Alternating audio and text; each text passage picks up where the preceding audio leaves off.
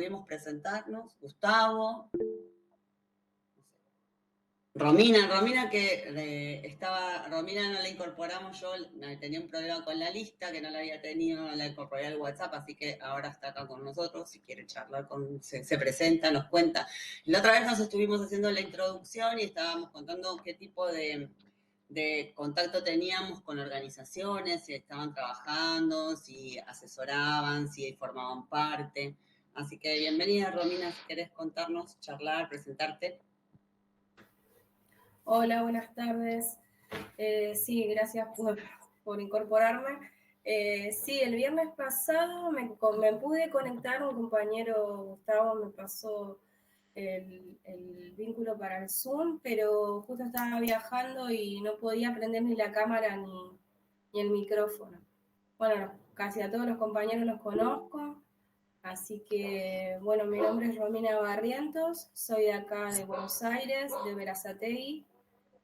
Soy técnica universitaria en Economía Social, estudié en la Universidad de Quilmes y un mes más o menos antes de recibirme me empecé a vincular, 1 o 2 meses antes me empecé a vincular con una asociación de feriantes de Florencio Varela, que es una localidad contigua a Berazategui, y más o menos al mes, empecé a hacer un relevamiento de la asociación de los feriantes y al mes empecé a trabajar en el lugar como técnica, empecé, digamos, a hacer el relevamiento, digamos, dar información a la asociación de cómo estaba todo, y ahí empecé a detectar situaciones tributarias, bueno, varias situaciones que tenía la asociación. En ese sentido, en la parte tributaria me capacité y en conjunto con una compañera que ella ya venía con experiencia en esa área, empezamos a hacer, digamos, la parte tributaria en la feria, la parte, por un lado, de técnica. Empezamos a regularizar todo el tema de los puestos de comida también para vincular con el municipio, para que la gente tenga la libreta sanitaria, los cursos que necesitaban para manipulación de alimentos, charlas. Bueno, empezamos a hacer un montón de vínculos con el municipio accedió, nos dio las capacitaciones y bueno, ya ahora este año, hace 7 años que estoy ahí, seguí trabajando y estoy también, digamos, en la parte de la administración de la feria, así que ya hace 7 años que estoy, digamos, trabajando. No sé si se escuchó porque veo que como que todos se quedan sin señal, o es mi conexión. Sí, No, perfecto. estamos escuchando. Sí, sí, te escuchamos, sí, sí. Se veía como que las imágenes se van. No, por ahí Los videos. La tuya, Dice, por ahí, claro. sí, ¿Vos nos hay escuchás algunos que bien a tienen nosotros? problema como en la red, dicen. Todo bien, Romina. Sí, yo los escucho re bien. Ah, buenísimo. Bueno, y sigo trabajando ahí y bueno, capacitándome y haciendo vinculación con otras asociaciones, con varias, pero mi trabajo más que todo es ahí en la asociación que me invitó a llegar y bueno, ya hace 7 años, como dije, que estoy ahí. Así que esa es mi experiencia. Obviamente uno siempre se va vinculando, teniendo otras experiencias chicas, pero digamos que es la asociación como que quiero y me siento parte. Excelente. Así que bueno, eso. Excelente. Esa es lo mejor, digamos, el comienzo de todo es sentirse parte, digamos, porque de eso es un poco lo que tratábamos. Sí. Charlábamos la clase anterior de esta cuestión de la practicidad, nosotros de la práctica, de poder transmitir las experiencias, que nosotros cuando con Carla planteamos el espacio para estas clases, lo definíamos como una cuestión de intercambiar, ¿sí? Porque en realidad la bibliografía y todo lo demás está en una carpeta de material, en un drive que la vamos a compartir o que Carla les compartió para que tengan acceso, pero también hay una cuestión de la dinámica del conocimiento de las actividades que ustedes realizan y de cómo nutre este espacio para que uno sepa cuál es la implementación de lo que uno en teoría les puede dar, ¿sí? Nosotros si hablamos de normativa o de definiciones y demás, también queremos trabajar la parte de que en algún momento a futuro y en un corto plazo, porque realmente a esta altura del avance de la carrera de ustedes con estas materias, el año que viene probablemente estén trabajando en su preparación final para poder obtener la licenciatura. Entonces, la idea es darles algunos elementos que se escondían con la realidad, con la práctica, ¿sí? Lo que sucede en la bibliografía la tenemos todos a mano, más allá de lo que podamos leer, también es saber qué sucede cuando las organizaciones y las entidades llegan a un nivel de buscar concretar un objetivo o plasmar un proyecto o hacer algún tipo de diseño que necesiten elevar para poder tramitar, cómo está organizada. Esto que decía Romina, encontramos muchas situaciones por ahí de irregularidad, de falta de documentación, de falta de registración. Entonces, hay un momento donde la experiencia esta de la práctica y de poder documentar procesos, que es alta frase que tiramos siempre con Carla, es importante para el tema de tener cuestiones ordenadas, ¿sí? Las organizaciones siempre están a nivel de la voluntad asociativa, ¿sí? Esa es una manera, la forma, primeramente toda organización nace con la voluntad de los componentes que la integran. Esta es la realidad. Nos juntamos, hacemos una reunión, tenemos una necesidad, y eso es un grupo asociativo, existe, y es previo a cualquier conformación, ¿sí? De una organización en el aspecto formal. Entonces nosotros hablamos de todo ese tipo de informalidad plasmada a nivel de estructura para que luego pueda concretarse en una organización legítimamente, legalmente constituida, ¿sí? Con una forma determinada y que se la va a dar principalmente el objeto de lo que querramos realizar. Por eso el diseño del objeto, acotar nuestras necesidades y estas charlas previas que se dan, a veces tienen que estar guiadas, ¿sí? Por la motivación de ese grupo. Nosotros como profesionales en algún momento del aspecto de la economía social vamos a tener que poder limitar el objeto, ¿sí? A una cuestión concreta para poder darle una forma determinada a esa organización que queremos llevar adelante, ¿sí? Porque hay una dispersión tan grande en el ámbito de las voluntades de los individuos que en realidad se tiene que poder ir reduciendo, pasando por un tamiz a cuestiones que nos puedan hacer más viable, ¿sí?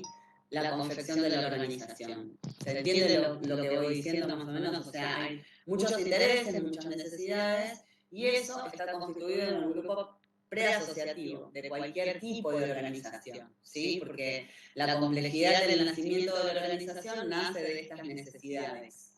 Entonces, vamos a tener un montón de ideas y vamos a tener que elaborar objetivos que podamos trazar y determinar qué organización es mejor para la concreción de estos objetivos. Y ahí vamos a definir cada tipo de organización, que es un poco lo que estábamos viendo el otro día. Nosotros en esta materia hablamos de mutualidades, específicamente, y organizaciones sin fines de lucro, ¿sí? Como un genérico. Las organizaciones sin fines de lucro son todas, en realidad, porque hablamos de tanto las mutuales, las cooperativas, las asociaciones civiles y las fundaciones, como personas jurídicas, estas cuatro tipificadas, todas tienen en común que no tienen un fin de lucro, ¿sí? Ahora vamos a compartir una pantalla y vamos a hablar de las organizaciones, porque les voy a mostrar el material. Los PowerPoint también los vamos a compartir para que ustedes los puedan ver y vayan siguiendo una guía esquematizada de los apuntes y lo que vamos hablando en la clase.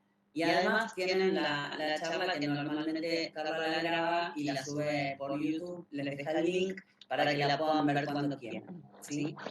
Entonces, adentrándonos un poco en esto, tenemos las distintas, o sea, específicamente mutualidades, ¿sí? Como yo hablaba la otra vez, digo, el mutualismo es algo que no está tan expuesto en el común colectivo de la sociedad, porque no es algo que uno escuche normalmente, o sea, podemos tener una mutual si estamos en cercanía o gozamos de los servicios de una de ellas, pero normalmente no es una figura jurídica que esté muy visibilizada, ¿sí? Entonces, realmente a veces no se conoce. Las organizaciones sin fines de lucro, les repito, son todas, ¿sí? Asociaciones y fundaciones tienen un régimen muy específico, en principio están normadas dentro del Código Civil, ¿sí? Incluidas, y las cooperativas y las mutuales tienen leyes especiales, ¿sí? Sus propias leyes, más allá de estar enmarcadas después por un montón de normativa, de resoluciones de la autoridad de aplicación, que es el INAES, tienen una ley de origen, que es la 2337 en materia de cooperativas y 2321 en materia de mutualidades, ¿sí? Esos son los aspectos legales específicos de cada tipo jurídico. La cooperativa tiene la ley especial y enmarca básicamente todos los aspectos de la Constitución, los órganos que la integran, el desarrollo de las asambleas y su representación, su dinámica para elegir sus mandatos y demás. Y por otro, todo abarca toda la vida, ¿sí? Incluso hasta la propia disolución de la entidad. Lo mismo es el mutualismo en la ley 2321, es una ley mucho más corta, ¿sí? Que tiene especificidades y diferencias con materia de cooperativas, que las vamos a ver, pero la realidad es que son leyes que están regladas en una ley especial, como principio, ¿sí? Las asociaciones civiles y las fundaciones están enmarcadas dentro del Código Civil y Comercial, porque pertenecían al ámbito de las sociedades, en ese capítulo se integran, ¿sí? Y tienen una rigurosidad que está más dada por el tema de la amplitud, ¿sí? Porque es bastante, como en el sistema de las mutuales y las cooperativas hay un tema más de democratización, de mandatos más amplios y demás, las asociaciones civiles y las fundaciones por ahí tienen estas cuestiones que necesitan estar más de fondo normadas porque tienen otro tipo de funcionamiento que vamos a ir viendo también cuando hagamos la distinción. Entonces las encontramos a cada una en su propia parte del ordenamiento jurídico y nosotros específicamente en materia de organizaciones, ahora les voy a compartir, vamos a hablar sobre los sectores, ¿sí? ¿Qué es una organización y hacia dónde nos dirigimos cuando hablamos de esto? ¿Sí? ¿De qué hablamos cuando hablamos de organización? Lo tenemos acá. La definición de la organización, básicamente, ¿sí? Como un sistema. ¿A qué nos referimos de un sistema? Que en realidad es una estructura que está buscando alcanzar metas y objetivos. Entonces tiene un diseño, una estructuración que nos permite llegar a los fines que estamos buscando. Estos sistemas, a su vez, están integrados por otros subsistemas que se relacionan entre sí para poder prestar la tarea específica, la función que estamos buscando, ¿sí? Toda organización, por definición, es un grupo social. Entonces está formado por personas y a su vez estas personas desarrollan tareas y a su vez estas tareas conllevan la administración de esta organización, ¿sí? Todos estos subsistemas interactúan en el marco de una estructura. Entonces nosotros tenemos como ingreso para la conformación de una organización recursos materiales e inmateriales y recursos humanos, que es la información que nosotros tenemos antes de la constitución. Siempre hablamos de que esto, la organización, es como definición, ¿sí? Pero como definición como una cuestión teórica y este marco preasociativo del que estábamos hablando, porque en realidad los elementos materiales en los recursos humanos los tenemos siempre, o sea, qué es lo que podemos aportar en cuanto a recursos y qué es lo que podemos nosotros aportar en cuanto a información o en cuanto a bagaje de conocimiento. Entonces, vemos que está presente incluso en la etapa, no estamos hablando de la formalización de la organización, sino en la organización como un ente y como su definición. La organización es un sistema, ¿sí? Transforma todo lo que en realidad tiene a su alcance, por esa es la parte de la organización, es la transformación, la implementación y demás, para el cumplimiento de objetivos, ¿sí? Que nosotros tenemos que llevar adelante mediante la realización de determinadas actividades. Ese es el núcleo de la organización.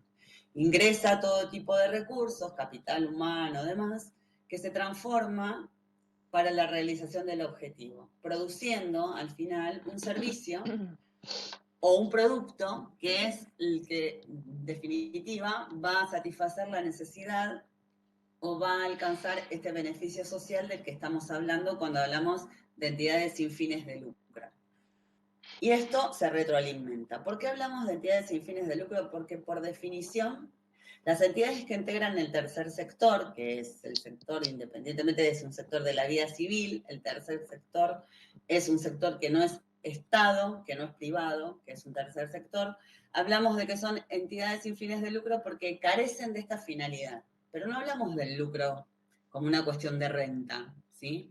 No del lucro como una cuestión emparejada a la renta, porque de hecho muchas entidades pueden, ¿sí? Y dejan ganancias, o sea, estamos hablando de que persiguen un fin económico, porque hay una producción de un bien o servicio que se pone en el mercado, no está asociado a eso cuando hablamos de lucro. Cuando hablamos de lucro hablamos de algo que tiene que ver de la génesis de la organización, de la creación, ¿sí? Lo que la motiva a conformarse. No hay lucro en esta motivación porque lo que se busca es una vinculación que tiene que ver con otra finalidad de un beneficio social real, que tiene que ver con una cuestión cultural, educativa, deportiva, ¿sí? De un acceso a un servicio determinado para un sector de la sociedad, este colectivo al que la vamos a conformar, que no tiene que ver específicamente con la renta dineraria, ¿sí?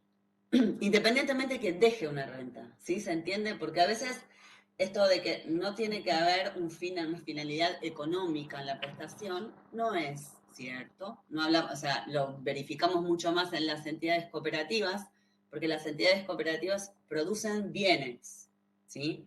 Muchas entidades cooperativas donde producen bienes o prestan servicios, sobre todo las cooperativas de trabajo, tienen un producto final con valor que se pone a disposición del mercado. Entonces la diferenciación es la que hicimos el otro día cuando hablábamos de los tipos de economía, ¿sí? Un sistema económico capitalista basado en relaciones de consumo y relaciones de renta y producción, y un sistema económico que está basado en la solidaridad, en el acceso a los bienes y servicios por una determinada comunidad, y está basada en esos valores, ¿sí? La diferenciación entre un sistema capitalista y un sistema de economía social es el valor del acceso a esos productos, ¿sí? Los valores que conlleva la realización de esa tarea.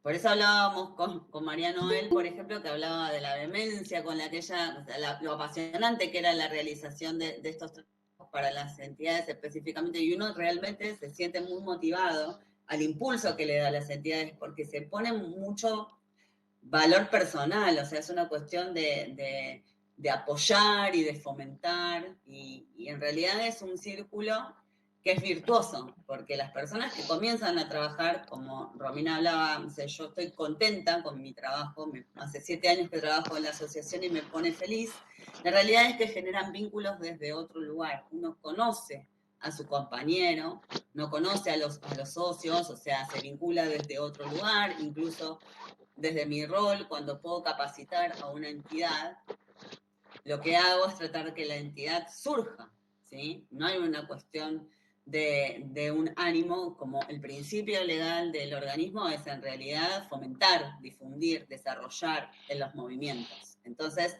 hay una cuestión de esa tarea. Uno en la motivación a la creación de este tipo de entidades se para en otro lugar, ¿sí? Que no es el lucro, por más que pueda estar generado. Entonces también tenemos que perder un poco el prurito de hablar de si hay ganancia, si hay rentabilidad. Esto no es una cuestión no tiene nada de malo que lo haya, ¿sí? Al contrario, le va a permitir sustentarse a la organización, sino que verdaderamente tiene más que ver con los valores que se arraigan hacia adentro, hacia esta conformación del núcleo de administración de la entidad y cómo es la participación social. ¿Sí? El acceso a la información, la participación de los socios, ¿sí? Y la intromisión en la decisión de la toma de cualquier, en la toma de decisiones, ¿sí? ¿Cómo participan a nivel societario? Hay muchas entidades donde la participación societaria es muy baja, entonces lo que tenemos que tratar de generar y fomentar es la participación, específicamente. Eso es el fin que en realidad persiguen este tipo de organizaciones. El beneficio es colectivo y trasciende lo individual, termina la filmina, porque la realidad es esa. Nosotros buscamos que las personas que participan de organizaciones sin fines de lucro se involucren en su administración y en la concreción del objetivo de tal forma que lo compartan y sumen a otras personas que también integren este tipo de entidades, ¿sí? ¿Hasta acá bien? ¿Dudas? ¿Estamos bien? Excelente. Muy bien.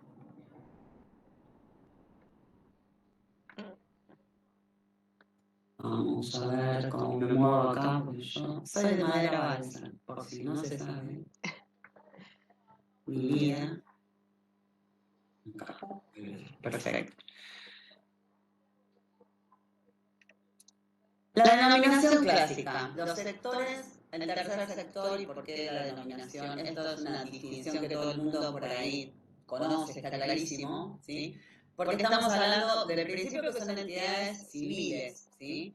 Y participan de la vida civil como cualquier otro tipo de sociedad u organización. La realidad es que independientemente de esto, hay tres sectores determinados para ejecutar cualquier tipo de objetivo. En principio el sector estatal, que son todas las que promueven más allá de las políticas públicas e integrales y los parámetros lineales sobre cómo garantizar el acceso al trabajo y las cuestiones de colocar normativa que tenga que ver con la transacción, la comercialización, la materia impositiva y demás. Hablamos de un sector que también tiene sus propias empresas u organizaciones que están destinadas a satisfacer las necesidades de la vida común de los ciudadanos, ¿sí? Entonces tiene que ver con un sector donde la injerencia del ciudadano simplemente es muchas veces como receptor, ¿sí? Hay, la participación de las entidades del sector estatal lo hacen los funcionarios o los empleados del Estado, pero no es mucho más que eso, que es una relación básicamente de subordinación independientemente de que luego, bueno, participen de algún tipo de espacio de toma de decisión. Pero el sector estatal es un sector que está claramente definido. Y cuando estamos en el plano de este tipo económico que estábamos hablando, de la economía capitalista tradicional, vamos a encontrar básicamente el sector privado, ¿sí? El sector privado son empresas que tienen como finalidad de lucro, la realidad que persiguen la renta, ¿sí? Hay una cuestión de inversión que realizan las sociedades anónimas, las sociedades de responsabilidad limitada, las sociedades, bueno, de hecho. Hay una cuestión de, hay alguien que es dueño de los medios de producción, como otrora lo definimos el capitalismo, y en realidad es el que invierte, el que posiciona el emprendimiento y en realidad lo único que hace es tener la mano de obra disponible para llevar adelante la producción de un bien o servicio que le permita obtener una renta totalmente válido en un aspecto, en un plano, ¿sí? Y tenemos esta finalidad y esta persecución. Ahí vemos el objetivo, o sea, la motivación de la concreción de estas sociedades es la realización de la renta, ¿sí? Toda la puesta en marcha de este tipo de proyectos que se realizan en el sector privado tienen como finalidad el lucro. Ni bueno ni mal.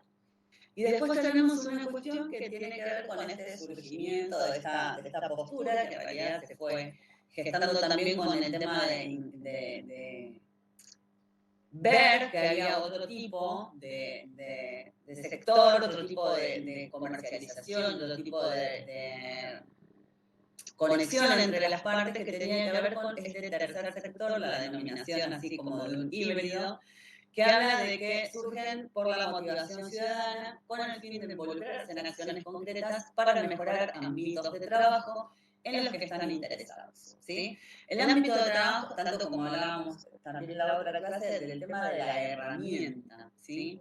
Cuando hablamos de que tenemos una herramienta para la prestación de un determinado servicio, de un determinado fin, lo vemos muchas veces en el tema del ingreso al trabajo, ¿sí? O sea, en un contexto de un país, una Argentina que a veces tiene muchos temas para la inclusión laboral, las entidades de este tipo es una herramienta muy importante para poder concretar y expandir ámbitos de trabajo, ¿sí? Entonces, la ciudadanía y la motivación que en realidad genera muchas veces es que personas que están involucradas en la prestación de un determinado servicio y lo hacen de manera independiente, les cuesta mucho poder poner su su tarea en marcha o individualmente posicionarse en algún lugar, lo puede realizar a veces más fácilmente aunando conocimientos con otros. Entonces, conformándose, a veces resulta más sencillo. Y así surge esta idea de otro tipo económico, otros valores, y este tercer sector que involucra este tipo de entidades que hablábamos, que son las organizaciones sin fines de lucro. Pero ¿cuándo surgieron? ¿Sí? Son nuevas, es una onda que pegamos ahora, más viejo que la humedad. Vamos a hablar en realidad de los periodos históricos, pero porque, ¿cómo lo vamos a entender también? Si vemos acá en la Filipina, los periodos históricos tienen mucho que ver también con los contextos que se van dando en materia político-económica, ¿sí? Esta cuestión de las construcciones de los periodos históricos, vamos a ver que hay determinados cortes que fuimos haciendo que tienen que ver con la modificación de lo que son los paradigmas político-económicos a nivel mundial, ¿sí? O sea, a modificaciones estructurales en las políticas de Estado, en las formas de gobierno, en las formas de los modelos económicos de los distintos países y determinadas intromisiones con respecto de las corrientes de pensamiento, también van modificándose los periodos históricos en cuanto a, evidentemente, la constitución de las organizaciones, ¿sí? Porque, por supuesto, también en cuanto a la normativa, nosotros vemos que el derecho viene siempre después del hecho, ¿sí? O sea, las normas se dan para regular situaciones que se plasman en la vida, en la realidad, ¿sí? Claro. Surge la legislación, vamos a regular un ámbito, cuando en realidad necesitamos darle forma a una situación que está pasando en la vida social de un determinado componente. Entonces, se dan los proyectos de ley, sale la ley de cooperativas, la ley de mutuales, en fin. Las organizaciones mutuales datan del periodo colonial. Estamos hablando, en realidad, del proceso migratorio, ¿sí? O sea, las primeras organizaciones de asistencia social, estamos hablando que tienen que ver, que están dedicadas a las damas de la caridad y toda esta cuestión mucho anterior, ¿no? Pero de lo que era no dejaba de ser una organización social, pero estaba determinada por un fin que era la asistencia de la vulnerabilidad social de cuestiones bastante precarias. No estamos hablando de lo que es hoy el concepto de vulnerabilidad social, sino de una pobreza estructural allá y entonces, en 1860, de la nada mismo, ¿sí? En el periodo colonial esto era una cuestión de que había perfectamente una distinción también de clases, no hay medios en estas épocas, ¿sí? Entonces, bueno, directamente vamos a entrar en el periodo migratorio, que es la segunda fase, que hablamos de cómo estos tipos de organizaciones empiezan a crearse. Y acá aparece el mutualismo, ¿sí? Las primeras instituciones mutuales que yo les hablaba el otro día, que hablaban cuando ustedes hablan de socorros mutuos, asistencia, asociación de benevolencia italiana y todo lo demás, están absolutamente ligadas al periodo inmigratorio, ¿sí? Al ingreso de nuestros ancestros a la Argentina, mayormente españoles e italianos, que por supuesto venían traídos de Europa en una cuestión de corrientes revolucionarias y con un determinado pensamiento político que estaba mucho más asociado a lo social, al socialismo, al anarquismo, ¿sí? Y a una cuestión de pugna de derechos que hablaban de lo laboral, del mejoramiento de las condiciones de vida de los trabajadores. Todas estas corrientes de pensamiento ingresaron con los europeos que inmigraron en esta época y conforman básicamente las primeras asociaciones mutuales, pero que tenían como finalidad preservar sus costumbres, ¿sí? Preservar su cultura. Entonces, para poder preservar sus aspectos de idioma, ¿sí? De profesar religiones y demás, y de esta cuestión también de las charlas, de estos pensamientos que tenían, de los pensamientos sociales, de los derechos laborales, que van después a dar lugar a la gesta de los primeros sindicatos y este tipo de cuestiones, las asociaciones civiles, en la vida diaria estas asociaciones solo civiles, que no son principios gremiales, se constituyen como asociaciones de socorros mutuos porque buscan ayudar a aquellas personas de sus colectividades que tienen algún tipo de necesidad o desgracia, ¿sí? Como la prestación de servicios de sepelio, de asistencia médica, ¿sí? Imagínense en ese momento un inmigrante venido de Italia sin nada, que tiene un problema de salud. Lo que pasaban en esas comunidades es que la gente se reunía para comprar un medicamento o pagar el médico, ¿sí? Entonces, en virtud de eso, se empezó a generar estas organizaciones donde se hacían aportes, o sea, ponemos un puchito de reserva para si a alguien le pasa algo, ¿sí? Y así es el origen. Y también se genera un espacio de charla y de debate de todas estas ideas que se traían de Europa, ¿sí? De todas estas ideas que tenían que ver con los pensamientos sociales. Entonces, en la Argentina va a abrirse una ventana del periodo de consolidación del modelo agroexportador y de sustitución de importaciones que va de 1910 a 1970, en ese momento de auge, de producción a nivel de posicionamiento internacional de la Argentina, por la suerte que tiene de todos los recursos que posee a nivel, digamos, territorio, nace un fortalecimiento muy importante en el empresariado, ¿sí? O sea, hay una gran expansión a nivel de fábricas, a nivel de establecimientos donde venía la mano de obra a poder prestar su servicio. Y también de la mano de todas estas empresas y organizaciones que empiezan a tener un auge porque se empiezan a fortalecer, se empiezan a generar mayor formación, más acceso a la formación profesional, se accede más a una escala de generación de pymes y de empleos pequeños, de pequeñas empresas que van generando sus espacios de trabajo, fábricas familiares y demás. Entonces empiezan a surgir sectores que tienen que ver con los intereses patronales, profesionales, las asociaciones de distintos profesionales, las asociaciones de distintos rubros de prestaciones, de empresas, ¿sí? Y luego también está lo que sería el auge en este momento, empiezan también a surgir a su vez, si hay un sector que defiende los intereses patronales, están las asociaciones gremiales, ¿sí? Y vemos cómo va surgiendo los tipos de modelo.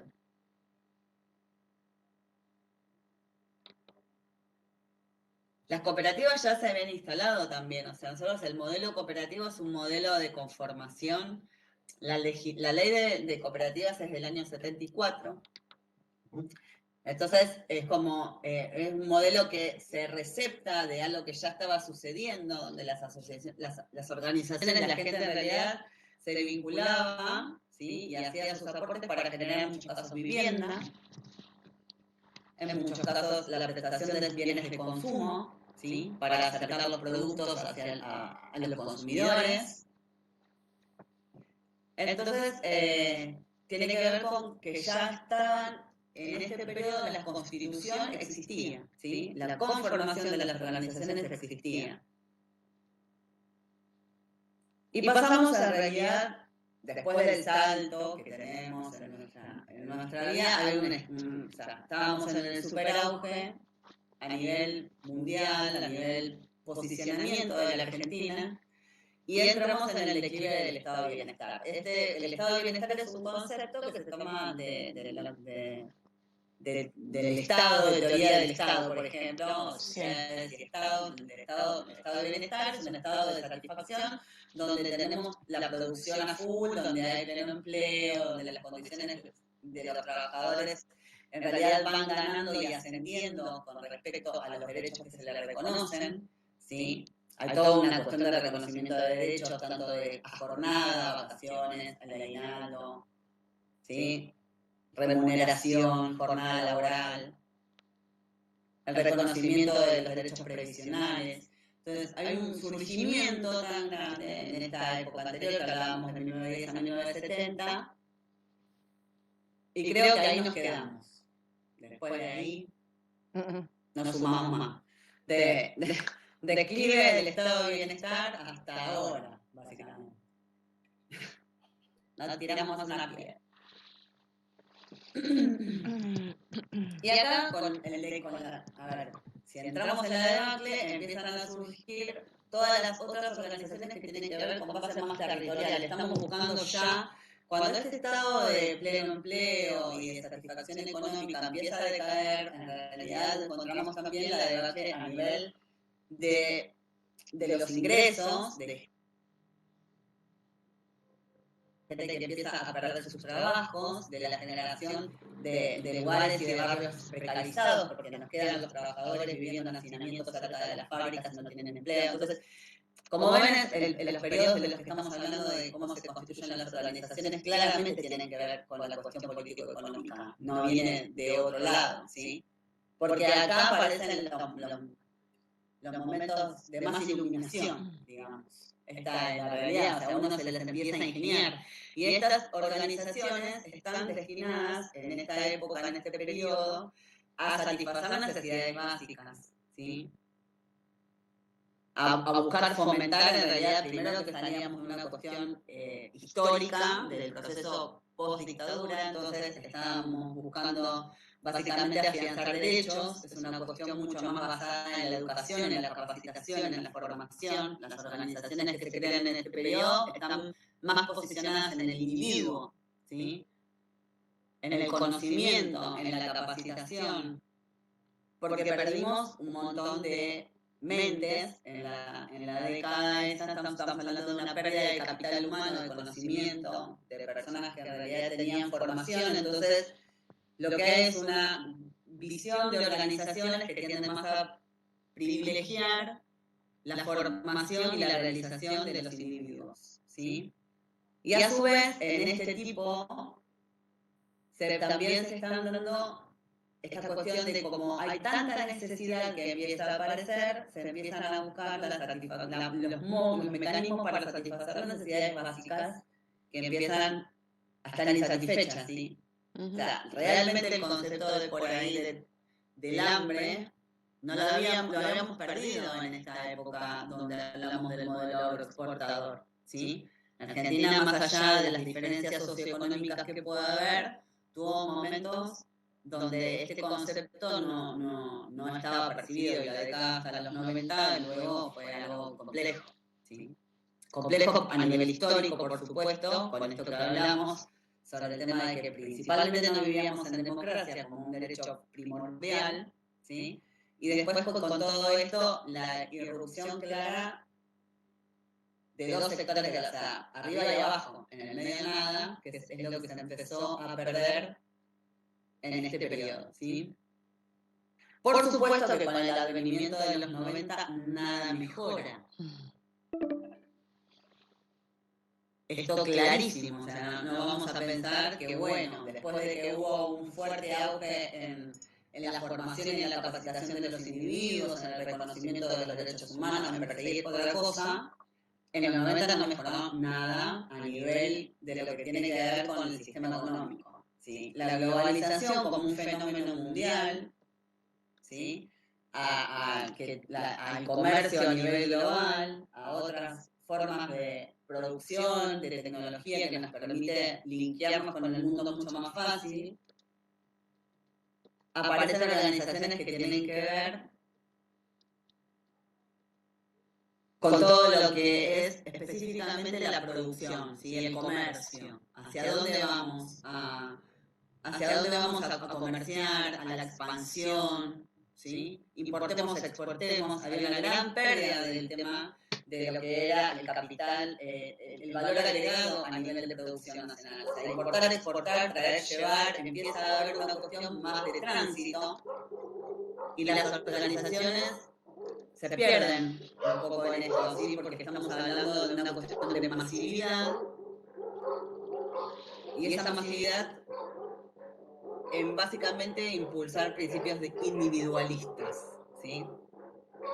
Es una década que tiene que ver con consumo, con tránsito de bienes y mercaderías, entonces la realidad es que si bien se posicionan en algunas cuestiones que tienen que ver como la responsabilidad social empresaria, que ya la vamos a ver, pero tiene que ver con ser responsable con el ambiente, empiezan a surgir cuestiones que tienen que ver con la sustentabilidad, con el cambio climático, estos conceptos de derechos de tercera generación, que es el derecho al ambiente, que es una cuestión de derechos que no están contemplados. De hecho, el derecho al medio ambiente sano está consagrado en la Constitución, en la reforma del 94, ¿sí?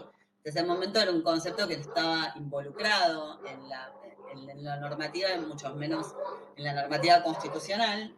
Entonces, reconocer ese derecho lo linkea directamente con la responsabilidad social empresaria, con un modelo de producción más amigable, ¿sí?, a nivel de la sustentabilidad.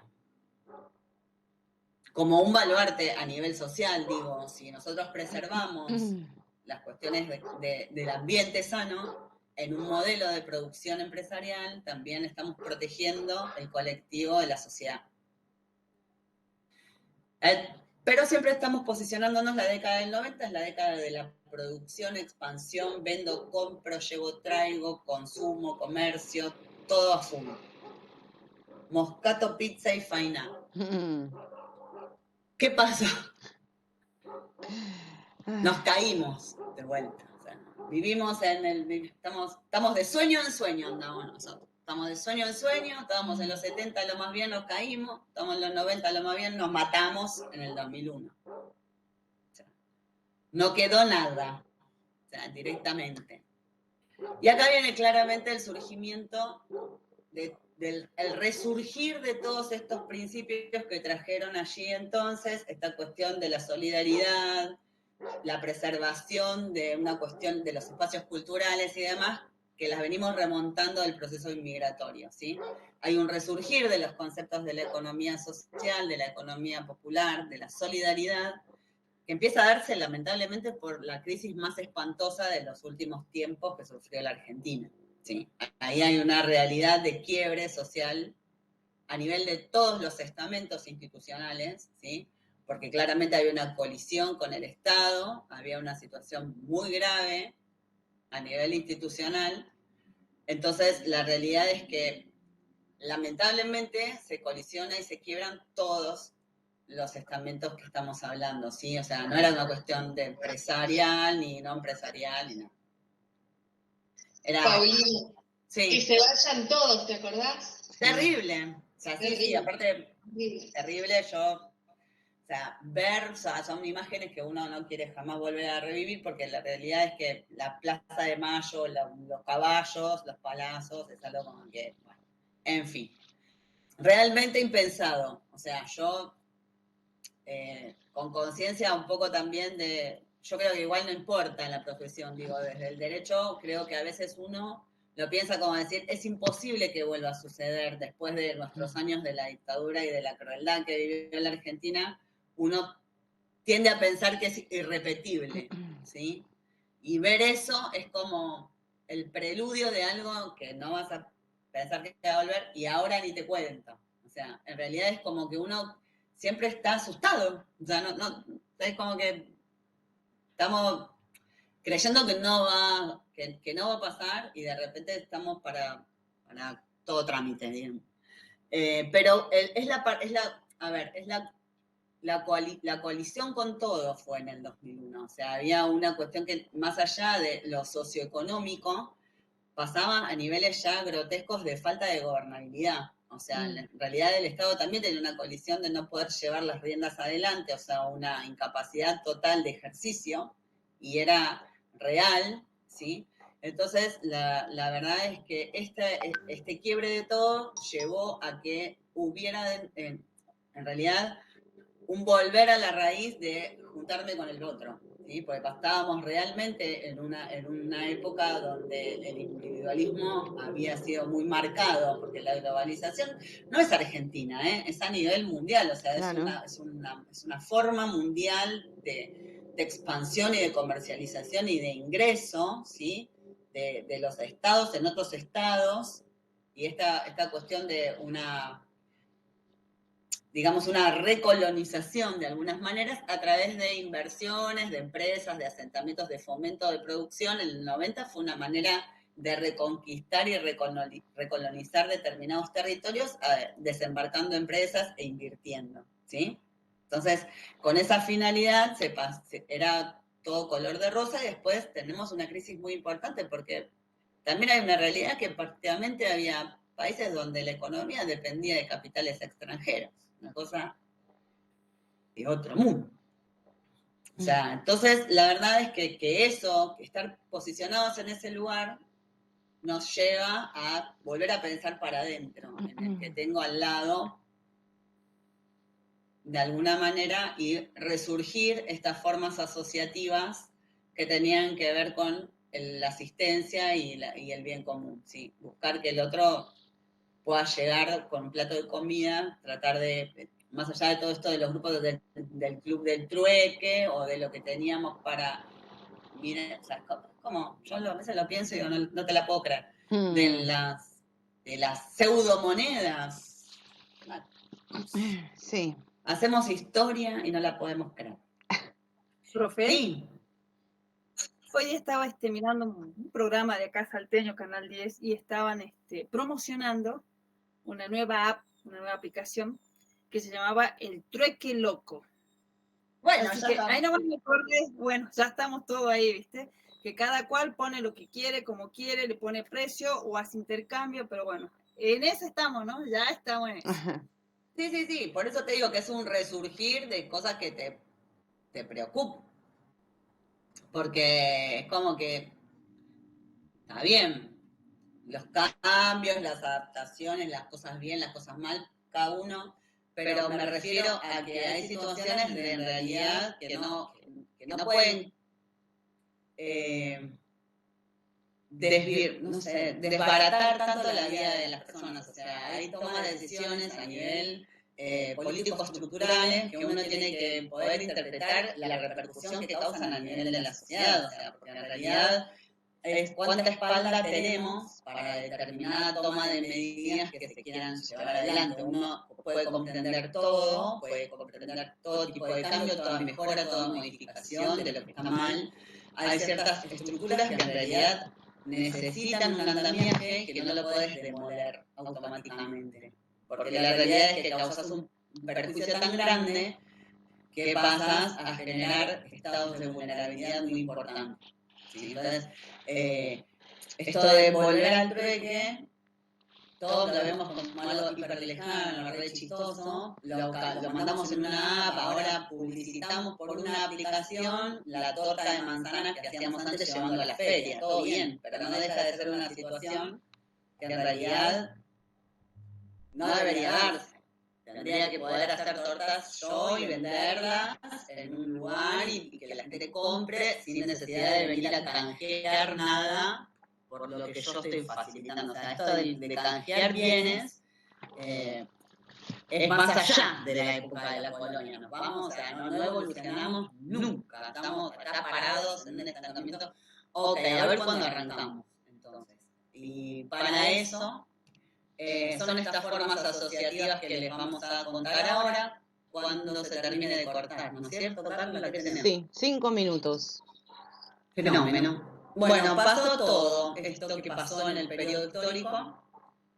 Y bueno, o sea, yo no les quiero seguir ahora con la primera. Cuando hablamos de las formas asociativas, volvemos a esto que hablábamos antes, ¿sí? De los cuatro grandes modelos que hacen a las organizaciones sin fines de lucro, ¿sí?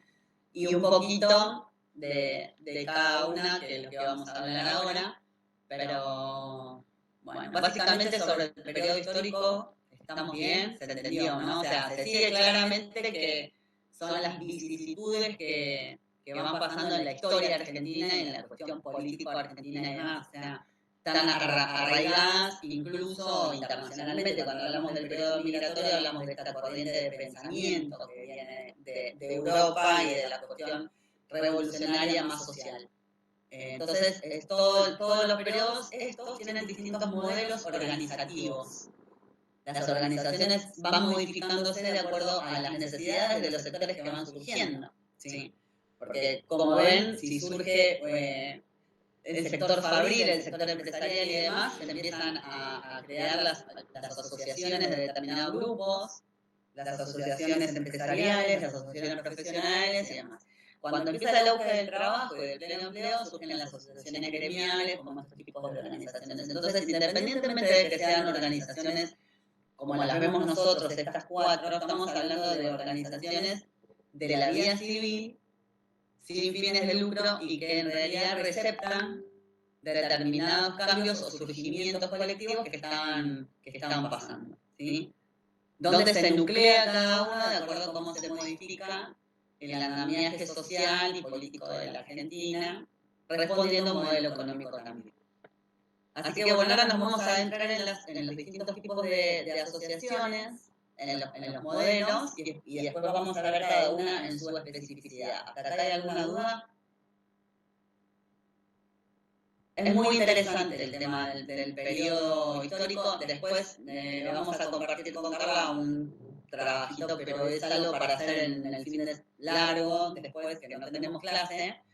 Vamos a ver si podemos, o sea, es tomar una organización, una entidad mutual, y que hagan un poco de trabajo de campo en la búsqueda de lo que es cómo se creó, ¿sí? La historia de esta organización, ¿sí? Es un paper que quieran compartir, después lo charlamos, de la investigación que hagan, es para que la expongan más que otra cosa, para que vean de dónde surge, ¿sí? Como estamos hablando de estos periodos históricos, cualquier entidad que a ustedes les interese y puedan hacer un trabajo de investigación cortito sobre en qué momento nació, en qué periodo se creó, ¿sí?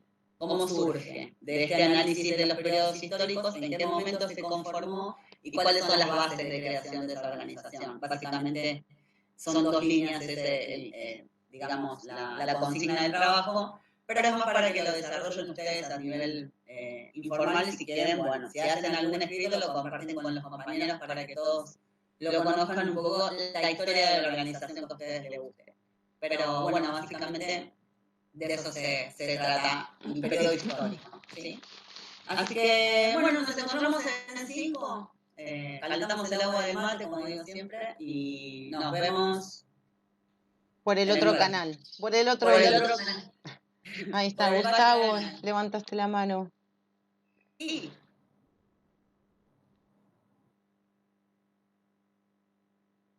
No, quería saludar. No. Ah,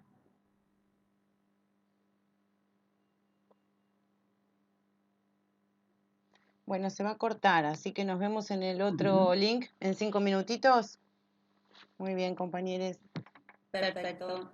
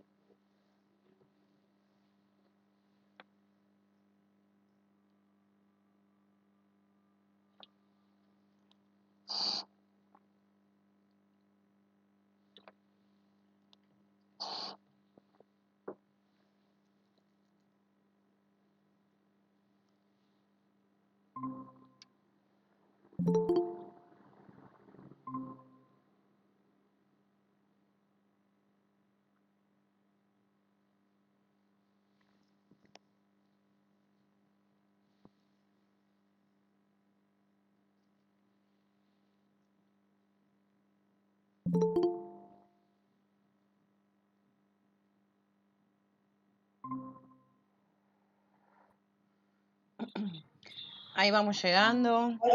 Llegando.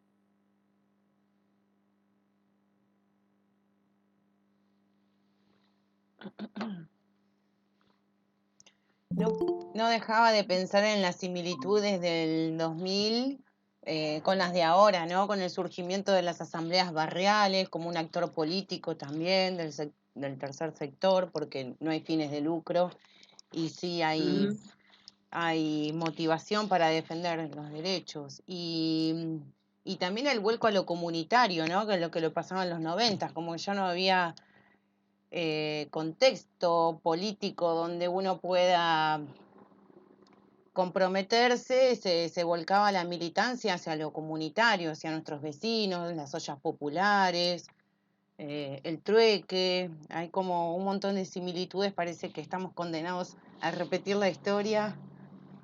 Es increíble que sea cíclica. La historia de la Argentina es una cuestión cíclica, es como un sistema que ya está que no sé. No sé por qué es repetitivo, porque la verdad que debe ser, bueno, es parte de nuestra idiosincrasia, claramente, ¿no? Porque es como que nosotros somos medio bipolares, vamos y venimos, o sea, vamos un día para allá, después nos enojamos, volvemos, vamos de vuelta para allá, nos enojamos, volvemos, o sea, no, es difícil avanzar así. Yo lo veo como que las propuestas también, o sea, nosotros como... Estamos hablando, sí, ¿no escuchás?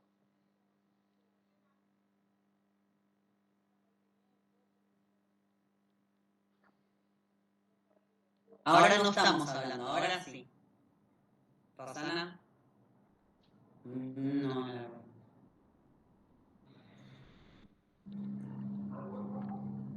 Pero sí, total. Yo creo que sí, las similitudes y también el contexto.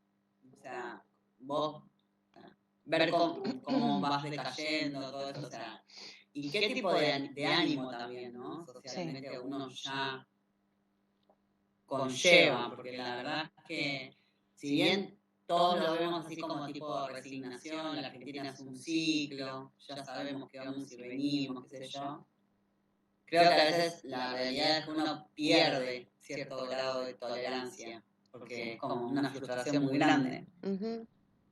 Sí, sí, totalmente. Creo que esa es la nueva batalla, tratar de sobrevivir, porque después de este lío, cuando esto pase, porque como al ser cíclico yo creo que vamos hacia una transformación, hacia un estado distinto, vamos a tener que limpiar este desastre y vamos a tener que ser nosotras, nosotres, nosotros, las que pongamos el cuerpo para nada, para arreglar todo este lío, porque la vida continúa, porque siempre estamos pensando en la familia, en la comunidad, en nuestro futuro, así que, no sé, pienso que hay que juntar fuerzas para lo que se venga después. Mientras tanto, acá estamos disputando cada espacio como podemos, porque también tenemos un alcance.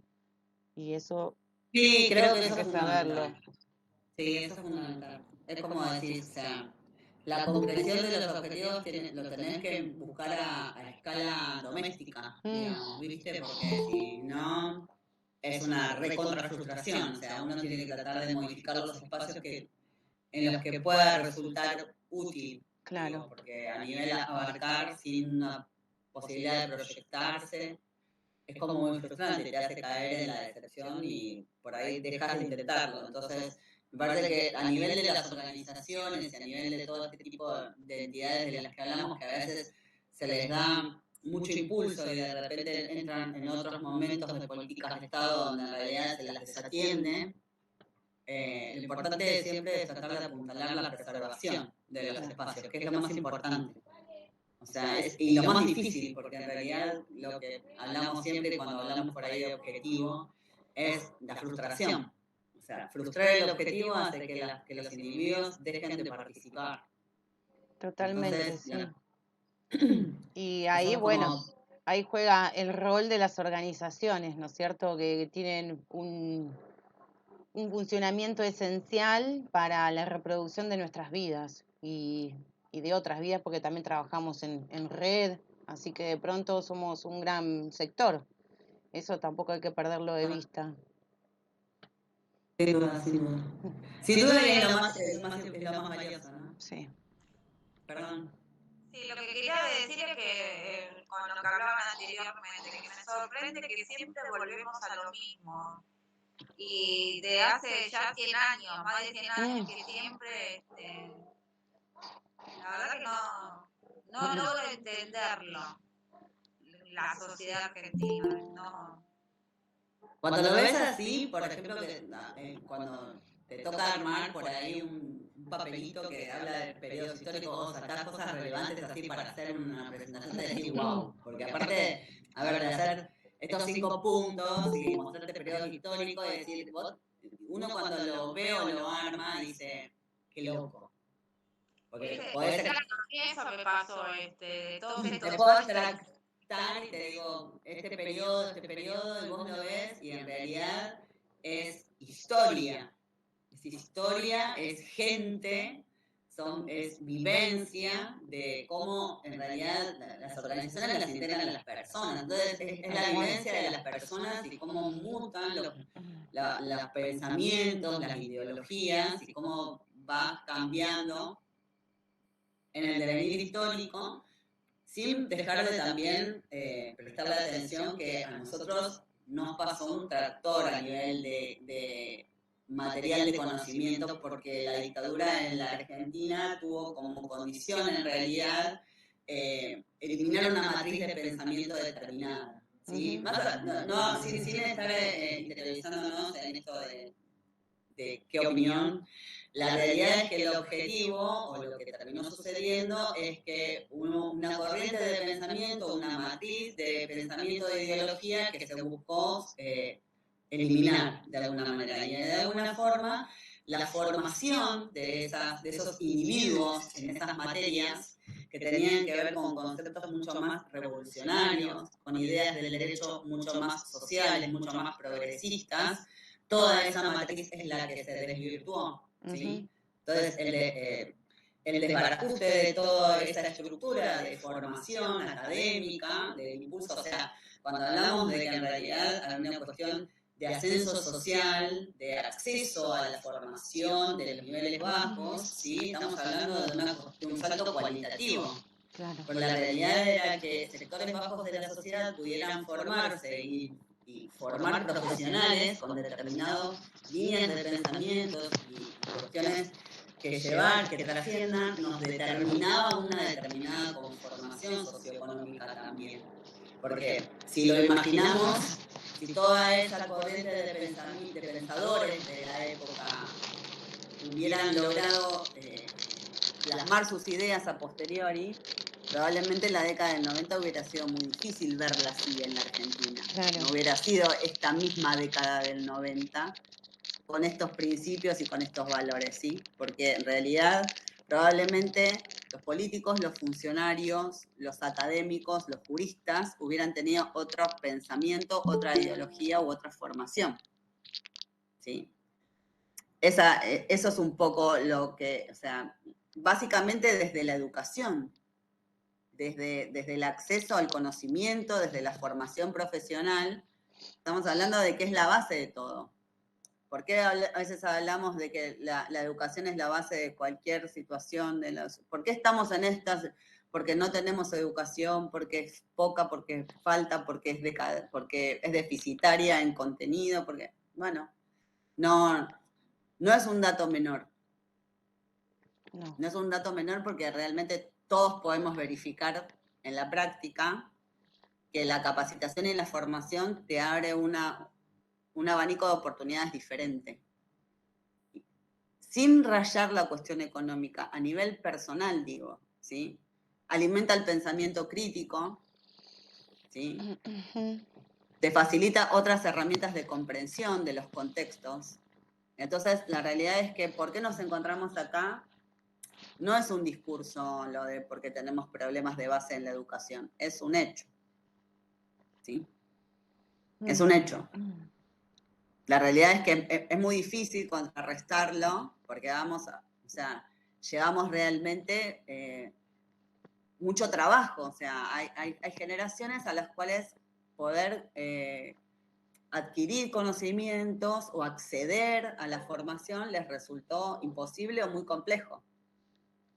Entonces, eso va minando, lamentablemente, el entramado social, ¿sí? Entonces, por eso suceden a veces estas cosas. Uno lo ve así en el macro y dice, ¿cómo puede ser que la Argentina repita ciclos? ¿Porque no aprende? Porque a veces en realidad no tenemos la capacidad de mirar al otro, a otro. O sea, pasa porque no nos paramos a ver al otro, ¿sí? Porque en realidad cada vez que uno ejerce su derecho a elegir o demás, en realidad, ¿desde qué punto de formación lo estamos haciendo, no? O sea, podemos, ¿cómo nos posicionamos? ¿Cómo estamos nosotros? ¿Cómo están los demás? ¿Qué es lo que nos importa verdaderamente? ¿Sí? Yo creo siempre que hay un montón de cosas que son modificables, pero siempre creo en la perfectibilidad de los modelos. Yo nunca entiendo esto, nunca lo entiendo, nunca lo comprendo desde la cuestión normativa tampoco, la destrucción de los modelos. Yo no creo que nunca avancemos si tiramos todo y volvemos a empezar. Tiramos todo y volvemos a empezar. Entonces, la realidad es que de la demolición no vamos a arrancar, vamos a estar siempre con la pared de 4 ladrillos. 4 ladrillos que pones vos, o 4 ladrillos que pongo yo, pero 4 ladrillos en definitiva, ¿sí? O sea, no vamos a progresar más de ahí si en algún momento no entendemos cuáles son las bases en las que todos tenemos que conciliar. Y creo que un poco en eso está también el tema de cómo desde el nivel profesional a veces los que participan en la economía social pueden ayudar a trabajar el tema de la integración, ¿sí? El concepto tolerancia no está hecho para que nos fumemos cualquier cosa, no es esa la idea, ¿sí? Tolerancia significa disenso, diálogo, acuerdo común, ¿sí? Respeto por la opinión del otro. Entonces, son cosas que de base, para contestar un poco a tu pregunta, Paula, ¿cómo llegamos a esto? Perdimos. Lo perdimos en el devenir de la historia y en el devenir un poco también de esta cuestión de la educación. ¿Sí? Entonces, allá entonces, parados en la cuestión de los 90, cuando hablamos del individualismo económico y de que estaba todo genial y empieza con el champagne, nos vino dado, porque nos vino dado en un periodo histórico internacional también, Claro. pero que en realidad no afectó de la misma manera a otras comunidades. Nosotros cuando vemos, y podemos hacer un comparativo incluso local, vemos que no hay el mismo grado de afectación. A nosotros nos socavó a nivel social muy importante, ¿sí? Porque nuestra formación se ve que claramente es diferente. Nosotros como sociedad tenemos una formación que si a nosotros, si nos masificase el individualismo, ya vamos, cada uno tira de su propio carro y bueno, y que se sale el que pueda. O sea, se ve que están nosotros, y creo que todos los que integramos este grupo, la reunión esta o esta carrera en sí misma, vemos la vida de otra forma. Entonces, en realidad, a veces es mucho más complejo poder comprenderlo como creemos que nos vamos a salvar solos. Por lo menos a mí me cuesta un chino intentar entender eso. O sea, no lo creo, ni lo compro, porque me parece que es inverificable eso. Vos vas a estar bien. Fenómeno. Ahora, no sé si vamos a estar bien como sociedad. Porque con que vos estés bien, te vas a tener que ir a vivir a un castillo electrificado, porque alrededor tuyo van a pasar un montón de cosas. ¿Sí? Entonces, de eso es un poco de cómo llegamos. Y pasa esto que hablábamos con Carlos. O sea, vos lo ves así en una hoja plasmado y decís, wow, qué loco. Qué loco que en algún momento decís, bueno, pare. Aguanten, a ver, líneas básicas. ¿Qué tiene que haber? Una sociedad, una ciudadanía tiene que tener como mínimo nos juntamos todos. Pero aparte también desde la representación, desde la cuestión de los elementos políticos, o sea, bueno, es un análisis recontra profundo, sociológico, de un montón de aristas, pero tiene que ver con quienes nos representan, a quienes elegimos, ¿sí? Y un montón de cosas que primero también, bueno, no se exceden, ¿no? Pero la realidad es que es un todo, es multicausal, pero realmente. Sí, y pensando, llevándolo como a la economía social, pienso que lo que plantea, en el paradigma que plantea, es otra forma de producir, es otra forma de bienes y servicios, pero también de consumo y de interrelacionarse. Uno ahí decide con quién se va a asociar, con quién tiene mayor afinidad por la cuestión local o por objetivos. Digo que dentro de este paradigma nosotros también planteamos otra forma de consumo, de producción y de ofrecer bienes y servicios. Es otra lógica y nada, me parece que está buenísimo. Es una gran Totalmente, sí, es batalla. otra lógica que, por eso, nosotros es mucho más verificable a veces, por eso hablamos de cuando tenés alguna entidad cercana o es verificable en la cuestión de lo que podemos por ahí conocer, porque ves que cómo funciona, ¿no? O sea, con quién te podés interrelacionar cuando vos producís un bien a nivel cooperativo, por ejemplo, y vos elegís en qué lugar vas a poner tus bienes, y por ahí lo haces en el mercadito de cercanía, o sea, armamos un mercado de abasto local para que los productores cooperativos puedan poner sus bienes. Entonces, en realidad es todo como yo conozco al otro. Claro. Sé de dónde viene, el trabajo que realiza, ¿sí? Lo que le cuesta, lo que no le cuesta, o sea, tengo un conocimiento personal. Claro. Y esa es la característica que me parece que determina, ¿sí?, qué es lo que sucede a nivel social.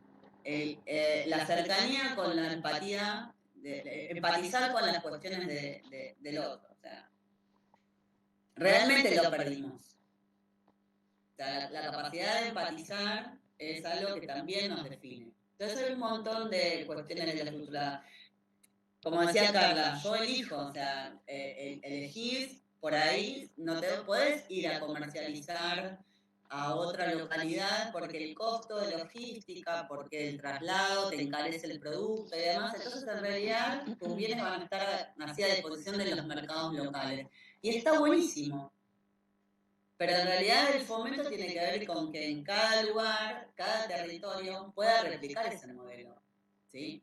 Porque el costo que por ahí de producción conlleva no se ve afectado por esta cuestión del traslado, la logística, la comercialización. Hay un montón de factores que encarecen ese proceso productivo de tal manera que si lo trabajamos a nivel local y lo hacemos crecer, todos podríamos acceder en mejores condiciones a los bienes y servicios, ¿sí?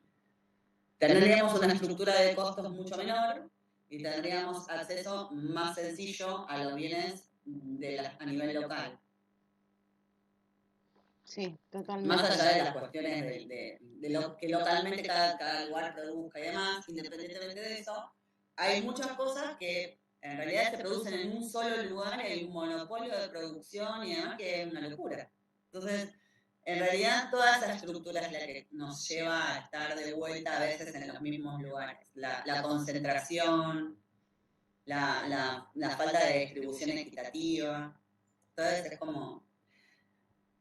Yo creo en el equilibrio, ¿sí? Yo siempre cuando hablo a nivel de opinión personal, yo siempre reflejo un modelo utópico, ¿no? Porque para mí las cuestiones, la empresa existe y va a existir este fenómeno, la cooperativa existe y va a existir este fenómeno. O sea, yo creo en el modelo del equilibrio. Yo pienso que las cosas se contrapesan, se compensan en estos modelos que uno diseña y cree en el equilibrio, ¿sí? Tiene que haber un mercado privado porque en realidad hay mano de obra que necesita ser tomada para generar puestos de trabajo. Entonces el sistema de producción tiene que ponerse a rodar. Hay todo hay.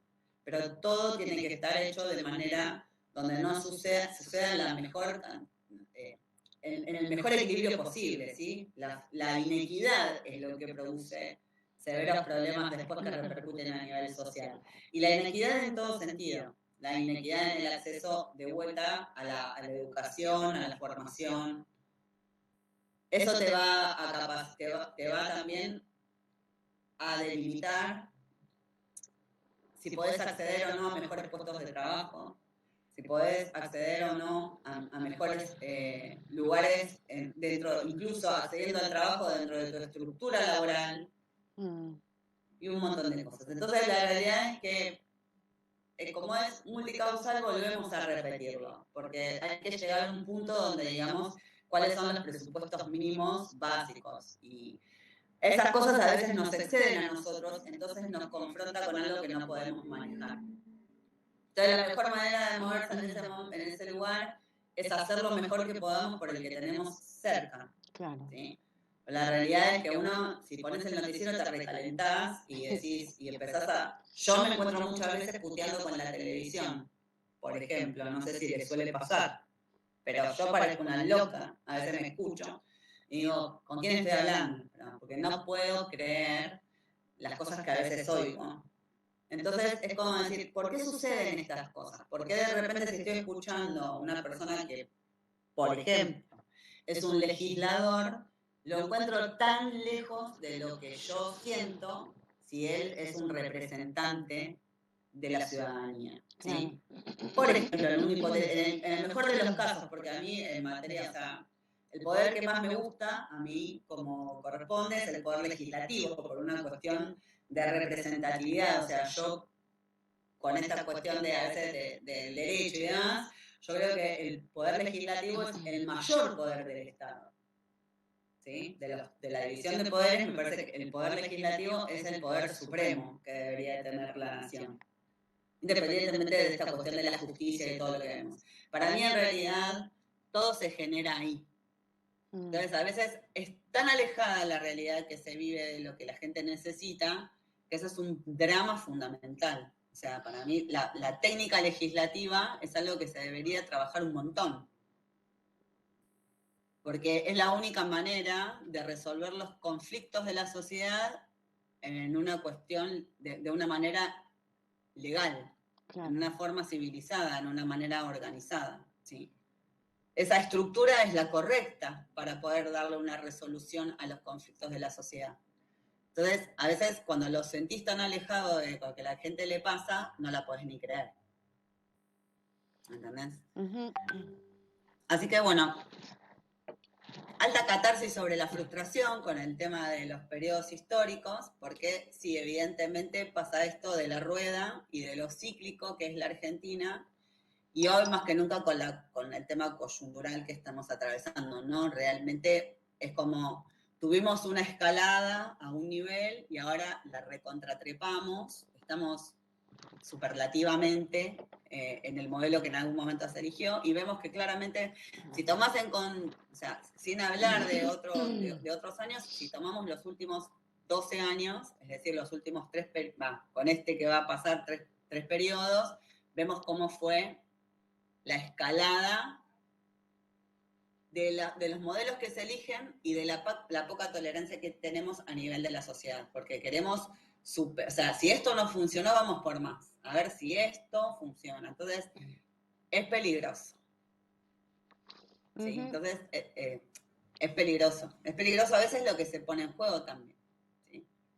Porque a veces hablamos de cuestiones de derechos que son, de derechos personales que son bastante valiosos, ¿sí? Entonces la realidad es que tenemos que ver cómo se maneja ese equilibrio del que yo les hablo. No sé si se entiende un poco lo que quiero decir.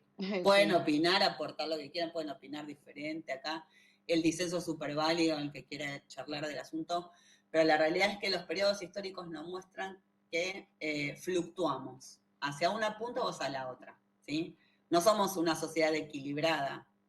Y este es el principal problema por el cual nos vamos de un lado al otro. O sea, creo que ahora igual superadoramente, ¿no? O sea, no es... estamos hablando de cuestiones extremas, me parece. de pensamientos extremos, ¿eh? No sé el ejercicio cómo va a resultar, o sea, creo que hay cuestiones que tienen que ver con el pensamiento extremo. Si bien podemos hablar de que la libertad es un bien superlativo, claramente, ¿sí? Está consagradísimo. Hablamos de, hay una estructura, como vimos antes, que realmente nos condiciona, porque en realidad en esa cuestión de no podemos ser libres para todos porque hay una fuerte inequidad social. Entonces la realidad es que a veces el derecho y la normativa lo que hace es compensar, o sea, compensar las posiciones que las partes tienen. Si en realidad estamos hablando de que las partes tienen una autonomía de la voluntad total en un pie claro de igualdad, perfecto, ¿sí? Podemos ser libres para negociar cualquier acuerdo, pero la realidad es que la sociedad nuestra tiene muchas divergencias, entonces no podemos hacer eso, ¿sí? Claramente lo vemos reflejados en el derecho del trabajo, que es uno de los bastiones de allí entonces. O sea, el derecho del trabajo es algo que está dado así en una cuestión normativa de orden público porque una parte claramente está en desventaja con respecto de la otra. Claramente. ¿Sí? En un sistema de economía tradicional, el trabajador es una parte débil de la estructura de la producción. Sin dudas. No tiene ninguna injerencia en el proceso productivo. ¿Sí? Más allá de que lo veamos después en la estructura de la economía social como es la base, ¿sí? Porque una cooperativa de trabajo, el trabajador que no tiene un vínculo de dependencia, es el sustento, es el origen, ¿sí? Todo se vale de él. Entonces, esos son los dos claros modelos de la diferenciación de los modelos, ¿sí? Pero la realidad es que entonces en la estructura del derecho cooperativo en materia de trabajo no tenemos relación laboral, porque no hay subordinación. Uno de los elementos que tiene el derecho del trabajo, uno de los elementos que rige la relación laboral entre empleador y empleado, es la subordinación, ¿sí? Concepto que no existe en materia de un trabajador asociativo. No es un subordinado a nada, porque no hay propiedad, ¿sí? Entonces, básicamente, ahí venimos nosotros con nuestras formas asociativas, que era de las que estábamos hablando. Las formas asociativas, que son la asociación, la federación, la fundación y demás, y ahora estábamos viendo cuáles son esos principios, ¿sí? Cuáles son, de esto que estábamos hablando, de todas nuestras vueltas, de cómo llevamos esto, y hablamos de los valores y demás, ¿sí? O sea, las organizaciones del tercer sector tienen que ver con determinados valores, ¿no? El asociativismo voluntario, que es un sector no lucrativo, y una cuestión de economía social que está basada en prestación de bienes y servicios, porque la economía social hablamos también de esta cuestión de economía, justamente. La economía se basa en la prestación de bienes y servicios y lo encontramos en las cooperativas y las mutualidades. El asociativismo voluntario, con el tema de las fundaciones y asociaciones, que tienen que ver más con esto de la beneficencia, la concreción de determinadas actividades o determinadas tareas, ¿sí? Y todos revisten el carácter no lucrativo. Y estos son un poco los criterios para conformar. ¿Cuándo podemos definir, cuándo vemos que estamos en presencia de una organización sin fines de lucro? ¿Qué es lo que puede definirla? ¿Sí? Estar organizada formalmente, lo que incluye una realidad institucionalizada, que es lo que hablamos. Existe un momento preorganizativo, precooperativo, un momento donde existe un grupo asociativo determinado, ¿sí? Ahora, cuando se conforma la organización, estamos ante una realidad institucionalizada, se le da una estructura, tiene un determinado andamiaje la organización, ¿sí? Tanto interna, como rige todos los niveles de la formalidad,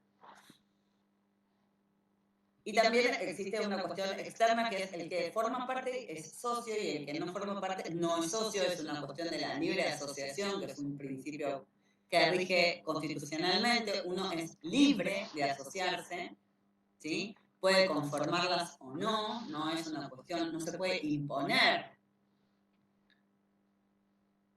Es privada.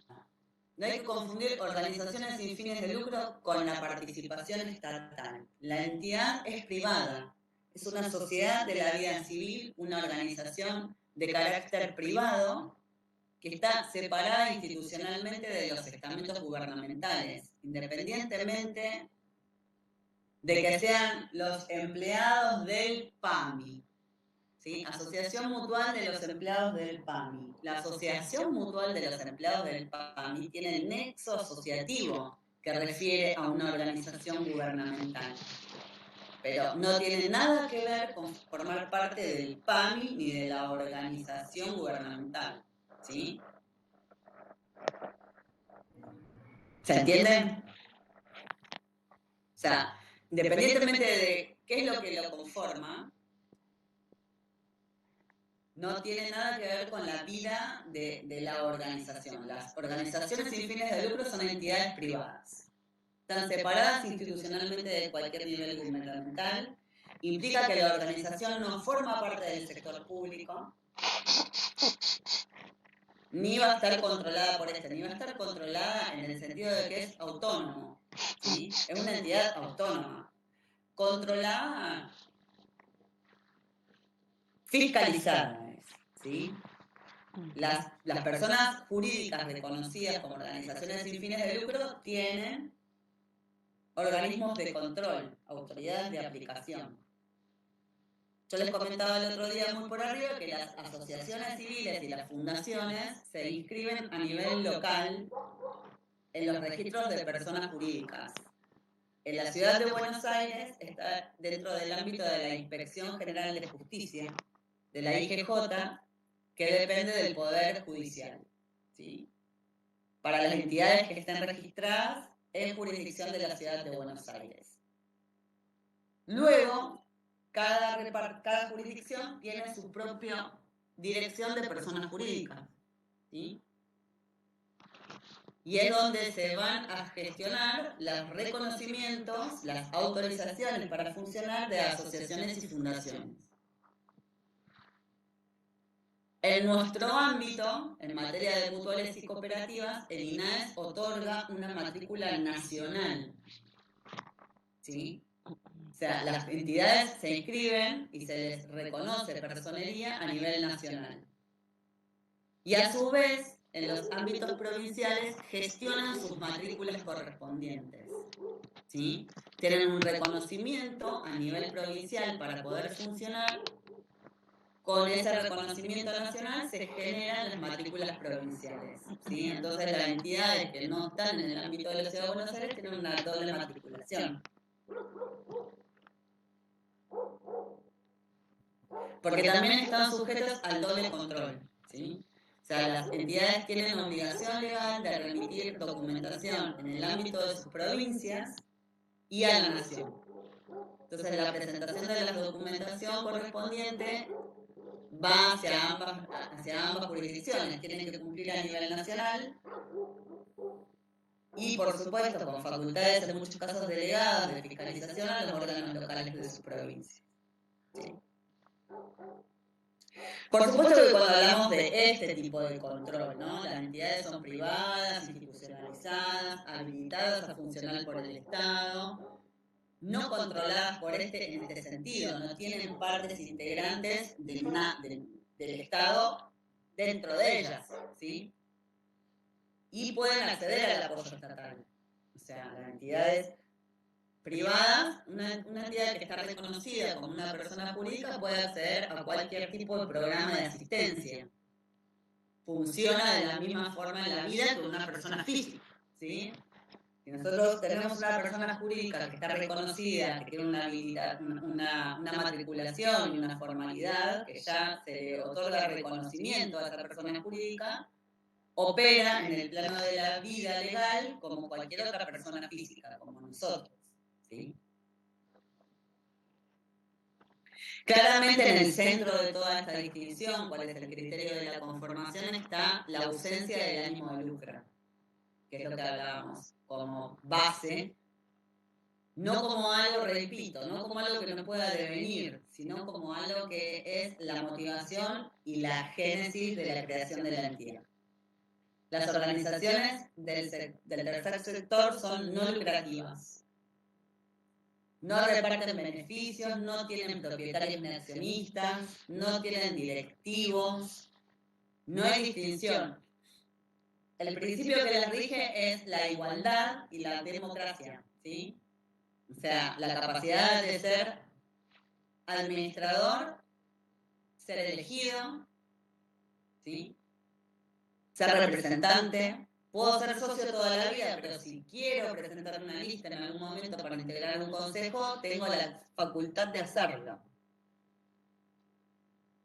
Si me quiero entrometer en la vida administrativa de una entidad, lo puedo hacer. Todos los socios son iguales y están habilitados a poder gestionar este rol dentro de las organizaciones. Independencia y autogestión, ¿sí? Tienen sus propios mecanismos de autogobierno, han de gozar de un grado significativo de autonomía. Cuando hablamos de esto, hablamos de que se dan sus propias normas. O sea, las entidades, por ejemplo, las personas jurídicas cooperativas, que son cooperativas de trabajo, nosotros no tenemos como principio legal el tema de la aplicación de la ley de contrato de trabajo, porque la relación laboral no existe, ¿sí? Entonces, lo que va a hacer la entidad es poder darse un reglamento interno sobre el cual va a reconocer, por ejemplo, el tema de los distintas, por ahí tiene distintas categorías de trabajadores dentro de la entidad, va a darse su sistema de vacaciones, cómo se otorgan las licencias, todo el régimen del derecho del trabajo que no está contemplado en materia de cooperativas, las entidades se lo dan a través de su propia reglamentación. Eso nos ponemos de acuerdo y este es el significado de la autonomía, ¿sí? El autogobierno está claro que son consejos de administración o consejos directivos que son electos entre los compañeros, entre los asociados, ¿sí? Entonces, hay una cuestión de autogobierno, es que elegimos quién nos parece que mejor va a llevar adelante el rol de los que se predisponen. Entonces, hay una cuestión total de autogestión. Que esa a veces, o sea, si bien es muy válido, digamos, o sea, si bien es una cosa muy importante, ser autogestivo y demás, hay veces que es la parte que más cuesta. ¿Sí? Porque digamos que no todos tenemos la capacidad. Nosotros tenemos como una premisa, las entidades, las empresas recuperadas, por ejemplo. Las empresas que han caído en una quiebra y tienen, toman el control los empleados, ¿sí? Los ex empleados toman el control de las empresas porque en realidad tienen un derecho a la indemnización que no les satisface la quiebra en este momento y deciden continuar el proceso de producción.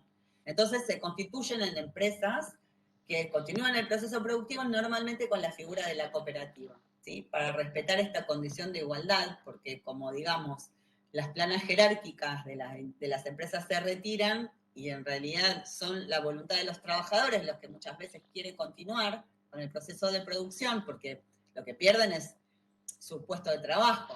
O sea, en realidad lo que hacen es tomar la estructura de la fábrica o la estructura de la empresa y continuar el proceso de producción, ¿sí? Mientras tanto se sustancia el tema de la quiebra o el tema de cuál es el devenir de la empresa que les permite a ellos cobrar o no la indemnización. Muchos se retiran, ¿sí? O sea, pero aquellos que quieren continuar con el proceso productivo, la parte que más les complica es la autogestión, ¿sí? Porque rechipearse en pasar a ser un empresario, digo, devenido empresario, ponele, en el sentido de que tienen que llevar adelante la administración de ese lugar, es muy complejo. Una persona, o sea, todos pensemos, ¿no?, que vamos a trabajar, nos levantamos, fichamos, hacemos nuestro trabajo, cerramos, nos vamos, ni nos calentamos por cómo le va a la empresa, o sea, mañana cobro, me depositan el sueldo, ok, nuestro funcionamiento no es, ni me preocupo, si te va bien, si te va mal. me da igual. O sea, yo tengo una remuneración por mi tarea, fenomenal, esto. De repente mañana no está eso. Y yo me tengo que ocupar de que a la empresa le vaya bien, porque de mí depende y de todos mis compañeros. La autogestión no es algo que, uy, qué copado, si larguemos todo, a veces es una cuestión maravillosa si nos podemos todos encarrilar y vamos tirando del mismo, de la misma soga, digamos, ¿sí? Pero no es algo fácil de hacer.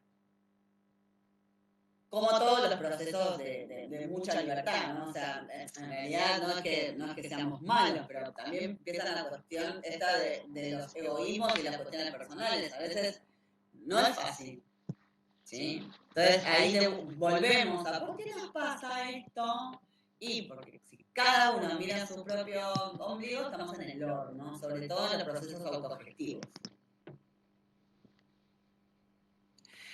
Y como último y lógico, la participación voluntaria, ¿no? O sea, son instituciones que no tienen ánimo de lucro, las decisiones se toman voluntariamente, uno puede ingresar y demás, y lo que hace es capitalizar, integra un determinado patrimonio para el cumplimiento del fin, pero en realidad todo esto es la participación, la incorporación de capital a la entidad es voluntaria, ¿sí? O sea, no es que viene alguien y la pone toda, digamos. Cada uno de los que va a participar integra voluntariamente parte del capital que necesita. O sea, el capital social es un elemento esencial de la conformación de una organización, ¿sí? Y ese capital se integra con el aporte voluntario de todas las partes.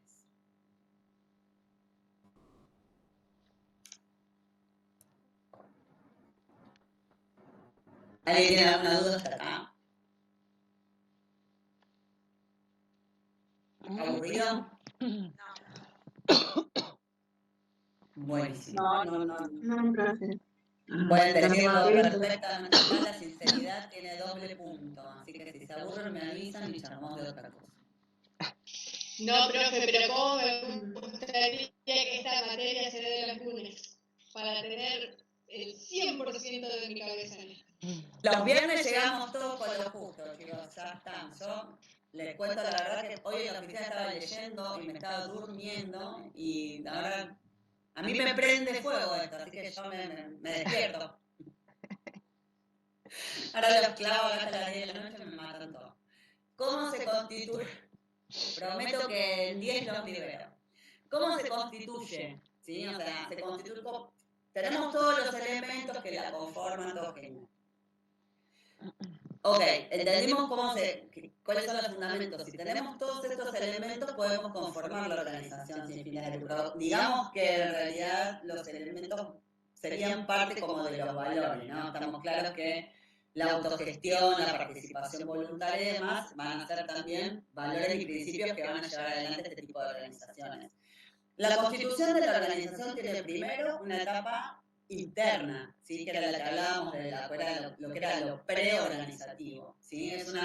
Surge de la agrupación de los individuos con la intención de desarrollar actividades sociales, comunitarias, culturales, deportivas, qué sé yo, que tiendan al bienestar común. O dar solución a algún problema de ese colectivo, ¿sí? O sea, primero está en el ideario. Y tiene que ser así, ¿sí? Porque uno de los elementos que conforman las sociedades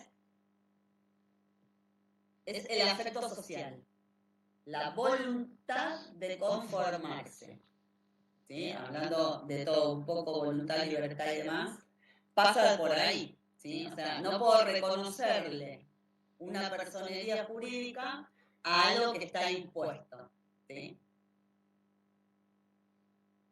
¿Qué sé yo que estoy armando? Entonces, yo me dan una cooperativa y esto, o sea, si me das una matrícula y yo no tengo idea, no existe, porque no está primeramente este afecto social, la voluntad de constituirse, que es pre-reconocimiento, ¿sí? Una organización entonces se conforma previa a su reconocimiento, en esta cuestión de la voluntad social. de los grupos de individuos que, como decía Carla, por ahí es una asamblea barrial y dicen, me faltan veredas, qué sé yo, bueno, acá hay 10 albañiles que la tienen re clara, ¿qué vamos a hacer? Ok, eso es un grupo preasociativo. Y capaz que se ponen a hacer la vereda y empiezan a trabajar. Y uno trae la bolsa de material, y el otro trae la pala, y el otro trae la carretilla y hacen la vereda, ¿sí? Y les queda joya la vereda y después los quieren contratar.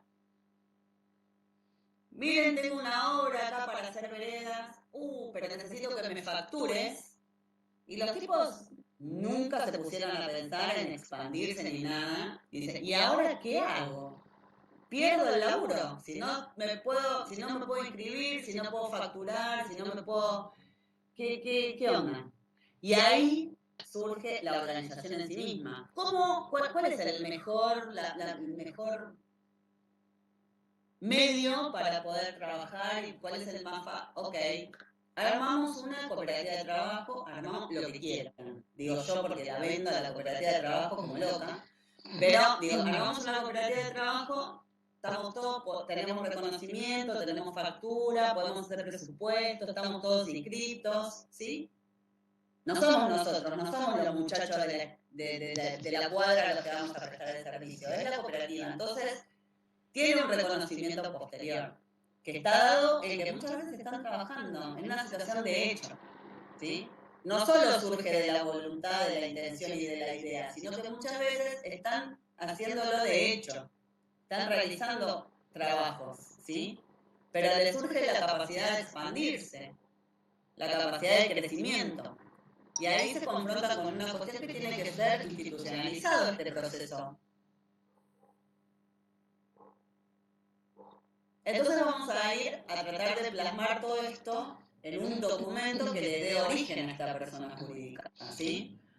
Y lo primero que vamos a hacer en realidad es escribir y poner en claro cuál es nuestro objeto social. El objeto social es como el determinante de qué tipo de actividad vamos a realizar, porque las personas jurídicas, al revés de las personas, solo pueden realizar los actos para los cuales están reconocidas, ¿sí? O sea, del objeto social delimita el campo de acción de la actividad. No puedo hacer cualquier cosa, no puedo prestar cualquier servicio en nombre de la cooperativa, o en nombre de la mutual, o en nombre de la asociación. Se le reconoce la determinada prestación de un servicio, de un producto, de un bien o algo, ¿sí? La comprensión del objeto, la determinación del objeto, va a delimitar el ámbito de aplicación en el cual se va a poder mover esa entidad. Y va a poder realizar esas obras, no otras. ¿Sí? La elección de este objeto social, por supuesto que se va a llevar adelante en una votación, se va a elegir un consejo de administración,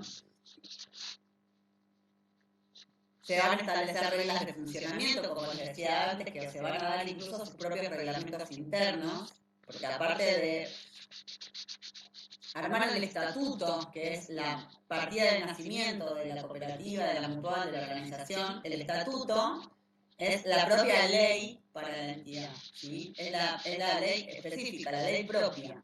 Porque el estatuto está dado en virtud del texto que nosotros elegimos, ¿sí? Son nuestras propias reglas. Se debate, ¿sí? Se lleva adelante esta asamblea constitutiva y lo que se determina son las reglas que nos van a regir a nosotros como organización. Y eso se plasma en la confección de un estatuto. El estatuto es la madre del funcionamiento de la organización. Y después se van a desprender determinadas normativas específicas, como los reglamentos internos que les estaba explicando, porque en el estatuto no se constituyen todo tipo de reglamentación, ¿sí? El tema de vacaciones, de remuneración, de categorías de trabajadores y demás, en el caso de las entidades cooperativas muchas veces se da en el reglamento interno. Hay cuestiones específicas porque si no tenemos que estructurar todo. O sea, el estatuto es la ley de base, los reglamentos internos son el funcionamiento de una determinada situación, ¿sí? de la prestación de un determinado servicio, de un funcionamiento de determinada actividad, porque si no, cada vez que queramos modificar algo en realidad del proceso, tenemos que modificar el todo. No vamos a hacer una reforma de estatuto cada vez que queramos cambiar la categoría de los trabajadores de nuestra cooperativa, porque se incorporan más o demás, ¿sí? Modifico el reglamento interno. Y bueno, en el estatuto lo que se va, o sea, el estatuto va a determinar roles y responsabilidades, las tareas, las facultades de cada, o sea, a grandes rasgos, yo siempre, a veces, la próxima vamos a ver dentro de la página del instituto la documentación específica para la constitución de la entidad. Entonces vemos que se da todo, digamos, en el estatuto lo que colocamos es cómo va a estar integrado ese consejo, no todos los consejos tienen la misma composición, esto está dado de acuerdo a la cantidad de socios que integren las entidades, ¿sí? Yo no puedo tener por ahí 10 cargos de consejo directivo de una entidad mutual cuando no son esos socios. Tengo prosecretario, vicepresidente, protesorero, ok, no puedo tener secretario, prosecretario, tesorero, profesor, en una entidad que no tiene la cantidad de asociación necesaria para poder tener esa cantidad de cargos de consejo. Entonces, la representación en el consejo de administración o en el consejo directivo se da en virtud de la masa societaria, ¿sí? Entonces, cada estructura va a ser diferente y va a estar dada por estas cuestiones. Todo esto es lo que contiene el estatuto. El escrito que va a darle origen a la constitución de la organización contiene todas estas cuestiones. ¿Cuánto va a durar un mandato? ¿Cuántos van a ser los miembros del consejo? Las facultades que cada uno tiene. Las causales de remoción. Las causales de exclusión de los asociados, ¿sí? También hay un proceso que tiene un capítulo que contempla las normas sancionatorias, ¿sí? Porque hay determinadas conductas y actitudes que para lo que es el desenvolvimiento de este tipo de organizaciones están penadas, digámoslo así. El ítem de la exclusión, incluso de la disolución. Pueden fijar su propio procedimiento para disolverse las entidades, ¿sí? Se entiende que todo esto está dado por la voluntad de las partes, ¿sí? Los socios se conforman y completan un estatuto y se dan su propia normativa en este sentido, que claramente va a ser estudiada por la autoridad de aplicación que le reconozca la matriculación y va a tener que estar ajustada al derecho, ¿sí? Los servicios jurídicos de cada repartición, sea persona jurídica, sea la Inspección General de Justicia, sea el INAES, los servicios jurídicos analizan el contenido de estos documentos de manera tal que no contraríen la normativa, ¿sí? O sea, la voluntad y la libertad de los asociados se da en función de un orden jurídico determinado. Mientras que no haya ninguna contradicción con el orden establecido, el estatuto se aprueba, ¿sí? Y así nace la conformación de la persona jurídica por sí misma con reconocimiento. Sin dejar de entender que existieron actos preorganizativos, ¿sí? Porque pasa esto, o sea, la entidad voluntariamente se constituyó antes cuando los muchachos hacían las veredas sin tener cooperativa de trabajo. También ahí existía una cuestión de asociativismo, ¿sí?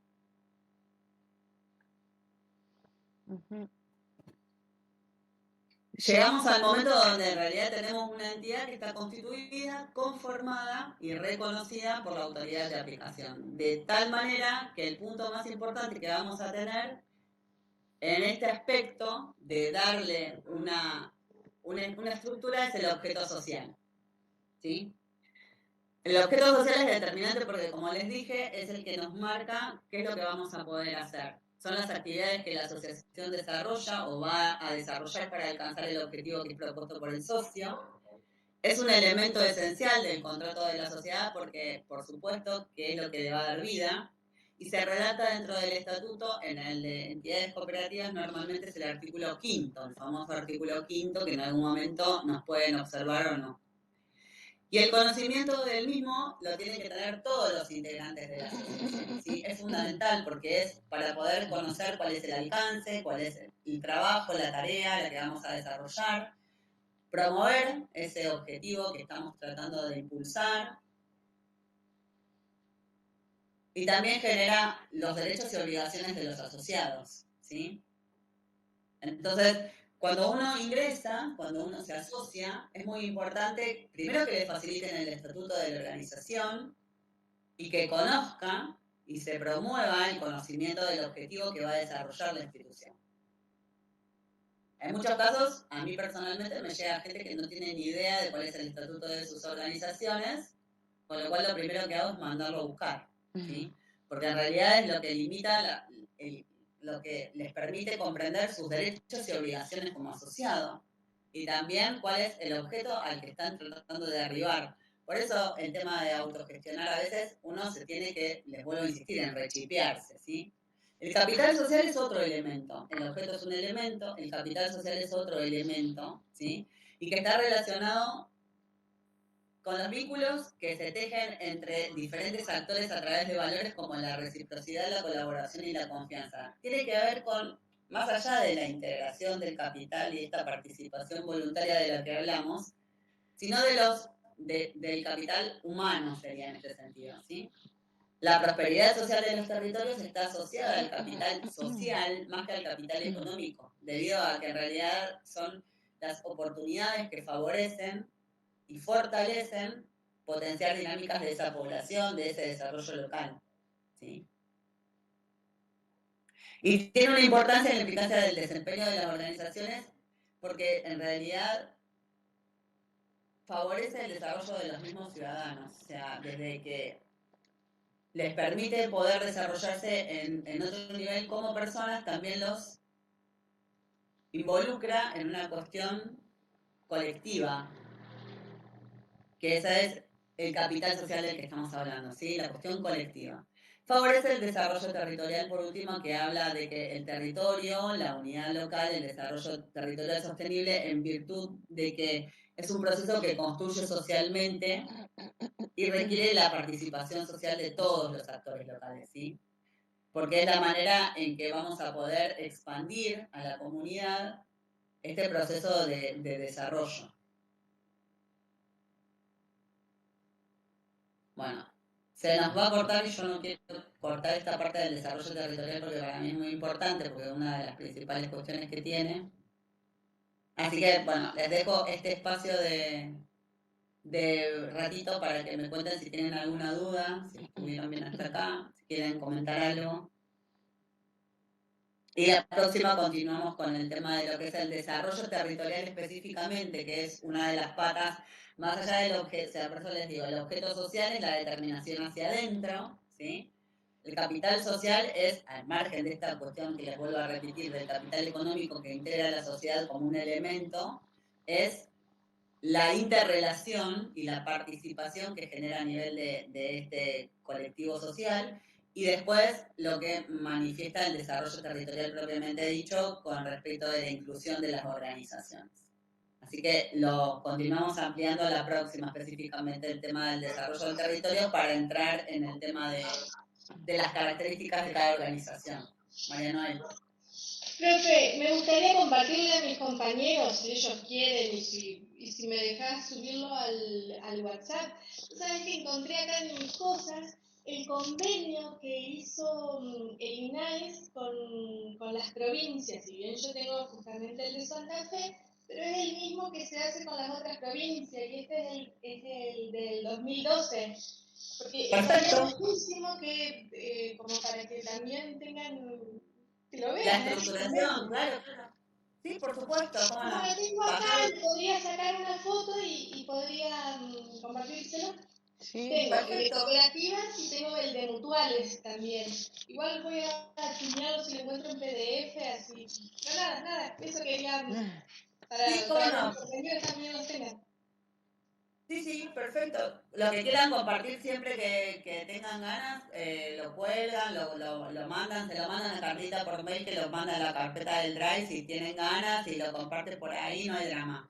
Este convenio institucional que María Noel habla es de la delegación de facultades. Nosotros tenemos convenios de colaboración. El INAES es un organismo federal y en realidad lo que hacemos nosotros es delegar facultades a nivel provincial, como hablábamos del reconocimiento de las personas jurídicas en otros ámbitos.